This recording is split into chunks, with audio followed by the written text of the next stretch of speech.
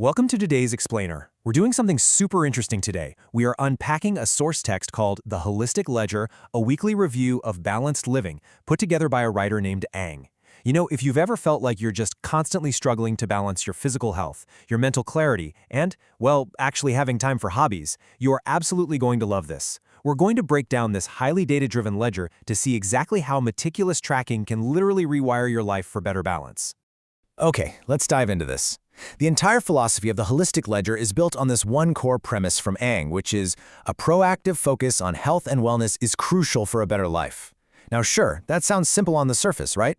But Ang points out that this proactive focus is the ultimate foundation. It completely enhances your daily energy, builds up serious resilience against illness, and really, it provides the essential groundwork you need to achieve all of your personal and professional goals. It's not just about, not being sick.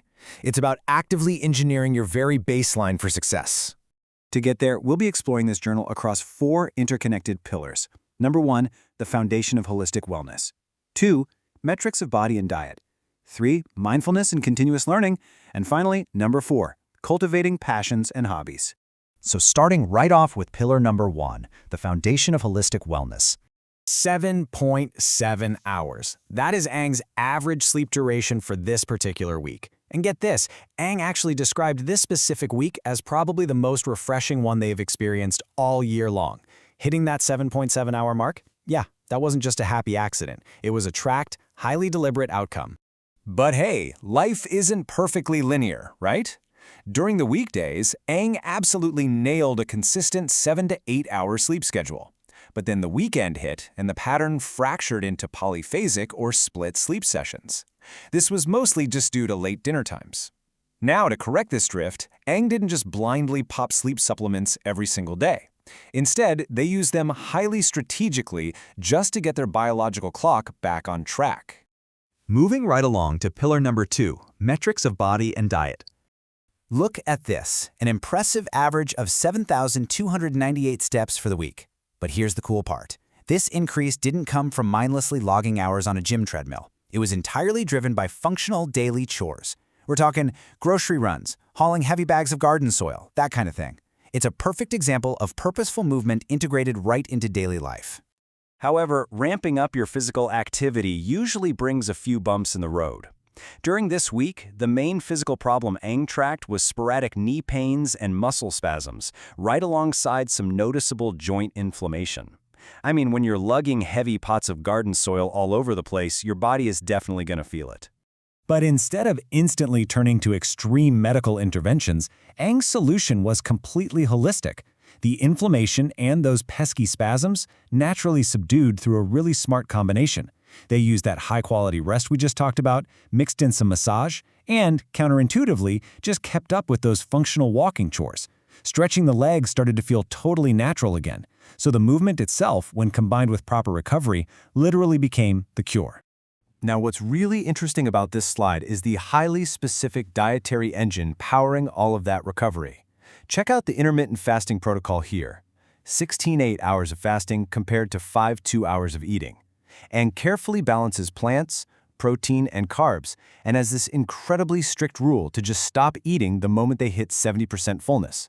All of this meticulous tracking resulted in an incredibly stable average weight of 70.09 kilograms. But buried right within that nice average was a total mystery. At one point, Ang recorded a sudden weight spike all the way up to 70.90 kilograms. That was the highest weight they had seen in years. Now, if you weren't tracking carefully, you might totally panic, right? But Ang unpacked this micro-narrative perfectly. They realized this sudden spike was just due to experimenting with a super high sodium soup for dinner, which triggered massive overnight water retention. But wait, there's more. Concurrent with that, all that heavy lifting out in the garden was actually adding real, dense muscle mass to their waistline and legs. So the data revealed they were highly likely shedding fat while gaining muscle, and it was all just temporarily masked by water weight. It just goes to show, context is literally everything. All right, let's transition into pillar number 3, mindfulness and continuous learning. Ang maintains this remarkably accessible 3-step mindfulness routine. Instead of trying to, force themselves to sit still in a dark room for an hour, the practice consists of super short 1 to 3 minute sitting meditations. But it doesn't stop there. They also weave walking meditations and mental noting directly into regular daily errands, or even while doing yard work like raking leaves. It completely proves that mindfulness doesn't require booking an expensive retreat. It really just requires intention, fitting seamlessly into the tasks you're already doing anyway.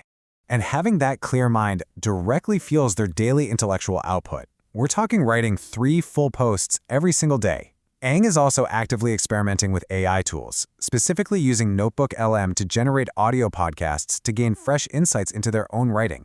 Although they did note that the AI explainer videos were still kind of lacking when it came to complex coding topics. Toss in 5 to 10 minutes of daily reading, and you've got yourself an absolute powerhouse of continuous learning.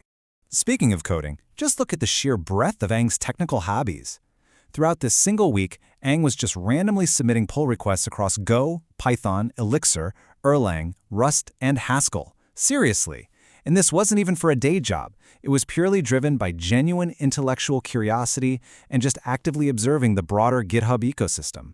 And this brilliantly illustrates the highly specific technical challenges Aang tracked. When dealing with upstream updates, the Elixir 1.0.0 release remained entirely backwards compatible, making for incredibly smooth updates. But on the flip side, updating to Erlang OTP 29 caused some pretty significant breakages, which required really careful, methodical, continuous integration updates to fix. It shows how granular observation can turn a casual side hobby into genuine, deep mastery.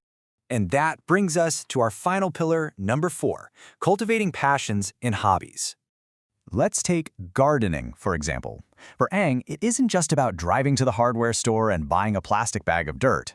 During this week, they actually took the opportunity to harvest wild sandy soils just to evaluate how this completely natural potting mix would fare with their existing plant seedlings. And get this, they did this right in the middle of a literal heat wave. It completely transforms a simple backyard chore into a dynamic, active scientific experiment dealing with local microclimates. And you'll notice all these hobbies are just beautifully interconnected. Take Aang's fishkeeping hobby, where they breed Apistogramma cichlids. That passion naturally spilled right over onto their balcony. They started recycling these unused EPS foam boxes to build entire outdoor mini ponds. Because these boxes sit in a microclimate that gets super long sunlight exposure, Aang could finally start growing the types of aquatic plants that absolutely demand full sun. It's a complete ecosystem approach to hobbies, where one interest naturally feeds right into and supports another. Even basic home improvement is approached with this really slow, consistent, holistic mindset. Rather than doing one of those exhausting, tear-the-house-apart weekend purges, Aang aims for decluttering exactly one single item per day. Pair that tiny habit with steady, ongoing progress on repairing broken appliances and prepping for some upcoming tile grout work, and you start to see a theme here. It's all about manageable daily environmental maintenance. This prevents that feeling of total overwhelm and keeps your physical space perfectly aligned with your mental space.